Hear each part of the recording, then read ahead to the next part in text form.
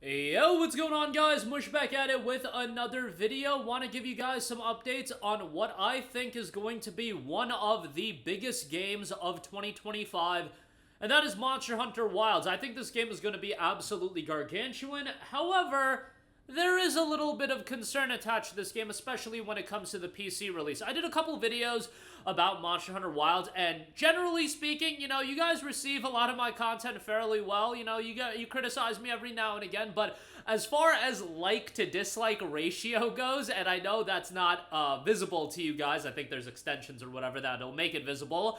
However, when it comes to like to dislike ratios, the videos I uploaded criticizing Monster Hunter Wilds' PC performance and also being concerned with the system requirements were definitely the most dislikes I've gotten on any video in recent memory. I remember also doing this and this happening with Cyberpunk 2077. I had uploaded a video criticizing that game and being skeptical of that game. Not really criticizing it, being skeptical of it after so many delays. That video got disliked to hell, but, I just bring that up because your boy, he's not right all the time, but, it is a good idea to be a little bit concerned when there's reason to be concerned. And I think with Monster Hunter Wilds, the PC system requirements are a little bit crazy. Let's just point that out there. And on top of that, if you played the beta, there were a lot of issues with performance when it comes to PC performance. However, we did get an update from Capcom directly. The dev team is working on lowering the minimum graphics board specs for PC. Final details are still being worked on.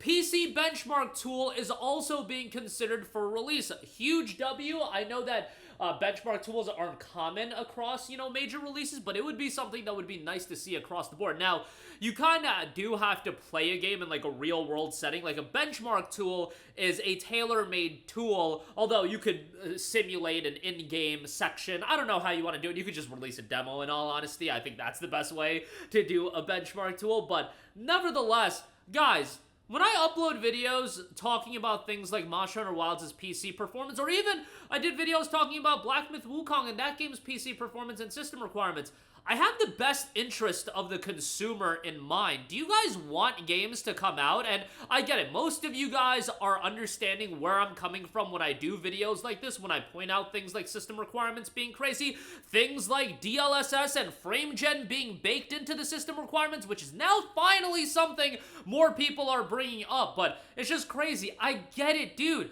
If you criticize some of my favorite game franchise, let it be known that if you criticize Legend of Heroes, the most weeb game, it's not the most weeb game of all time, but a weeb JRPG, yeah, I'll probably have a meltdown. But when I talk about things like system requirements, it's not to attack the game from the standpoint of, oh my god, the game's doing something wrong and it shouldn't be allowed to be released and I have a big problem with the game. No, I want them to realize and whether it's through me, whether it's through other people, it's important to get your voice heard as far as assessing things like this. And I get it. A lot of you guys are like, well, I have a 4080 or a 4090. I'll be fine. But at the same time, just having a good graphics card, if it's a bad PC version, that's not always the answer. Go ask Star Wars Jedi Survivor how that turned out. Go ask Last of Us Part 1 when those games came out, how that turned out. It's always not just, I'll brute force my way through it and I'll have good hardware. And then you want to talk about the AI being built into it, DLSS, frame gen.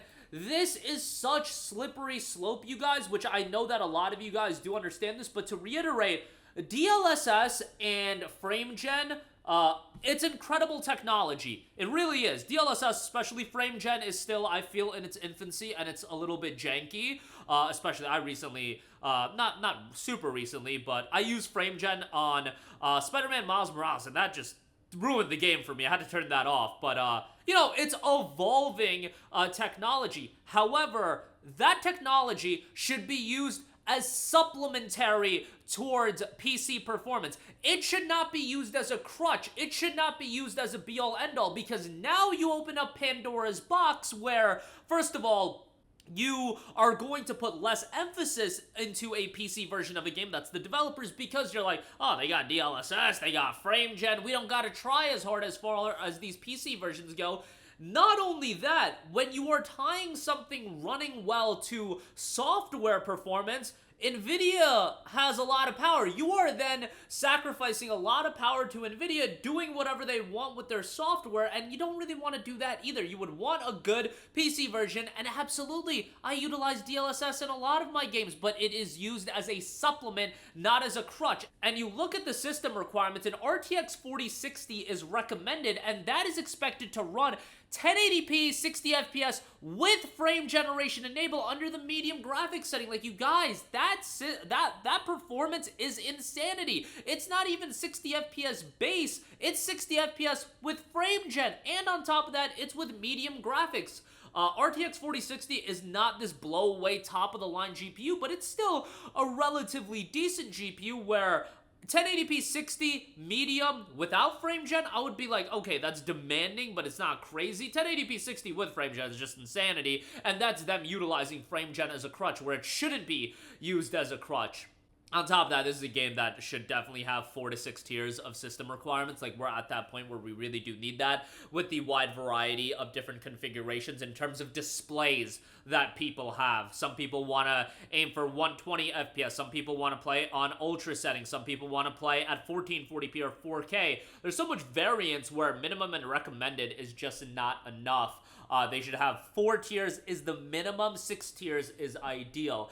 But they are lowering the minimum graphics board specs. I imagine that's just the minimum spec, or the specs across the board, because the minimum requirements are like, bro, it's a GTX 1660, and that's 1080p upscale from 720, 30 FPS at low. Like, you know, that is what it is as far as that performance goes. It's a 1660, so I'm not expecting the world out of that. And with lower-end hardware, yeah, you should be upscaling. That is where upscaling technology is incredible to make lower-end hardware still compelling in terms of options to run newer games. That's where it's used effectively. However, when you get to the territory of it being used as a total crutch, not only with Monster Hunter Wilds, that's bad for PC gaming in totality, you guys. So I'm happy to see that, first of all, they're looking into a benchmark tool, and on top of that, lowering the system requirements in terms of what is to be expected. Really, I think we should have 4 to 6 tiers of requirements, and hopefully things just get ironed out closer to February. And let's be real, Capcom, as much as I love what they're doing, bro, we're getting Onimusha, a new Onimusha, we're getting an Okami sequel, we're getting all this cool stuff from Capcom. They're one of my favorite publishers in gaming. However, look at Dogma 2's performance. That game's performance wasn't ideal, let's be real here. And some of their other practices with PC gaming hasn't been ideal as a publisher in terms of just straight game output. Absolutely stunning. Like, I am the biggest Exo Primal guy in the world, but for the most part, their games are terrific. And, you know, you get the Resident Evil games being really good PC versions. For the most part, they do a great job. It's this that I do have an issue with. But good to see that they are working on it, and hopefully that'll be remedied by the time the game will come out. I'll keep it in lock into this story because it's something worth assessing. That'll do it for me. Let me know all of your thoughts in the comment section down below. And as always, guys, thanks for watching, and I will catch you guys in the next one. Peace out.